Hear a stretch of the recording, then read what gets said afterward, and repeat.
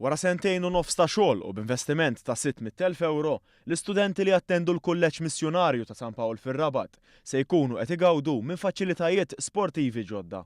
Il-kumpless sportiv jinkludi ground full size bit-terf artifiċjali, trek tal-gomma b'tul ta' 335 metru u padiljun sportiv. Ma' dawn inbena wkoll kort tal-volleyball u ieħor tal-basketball. Fi kliem ir-rettur tal-kulleġġ Silvio Bezzina, l-istudenti se jkunu jistgħu jimirħu fuq dixxilpini sportivi diversi.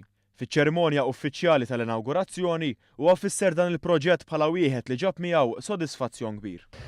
Għalina huwa proġett kbir ħafna illi konna noħolmu bih għal ħafna u ħafna snin, jisu sar realtà dawn l-aħħar sentejn tlieta. Waqt li ddeskriva l-mument tal-inawgurazzjoni bħala wieħed speċjali, huwa qal li dan iġib fit-tmiem tagħhom il-faċilitajiet li kien hemm qabel bħal ground ta' żrar li kien inbena 40 sena qabel u li kien ilu jinħass il-bżonn li jiġi aġġornat.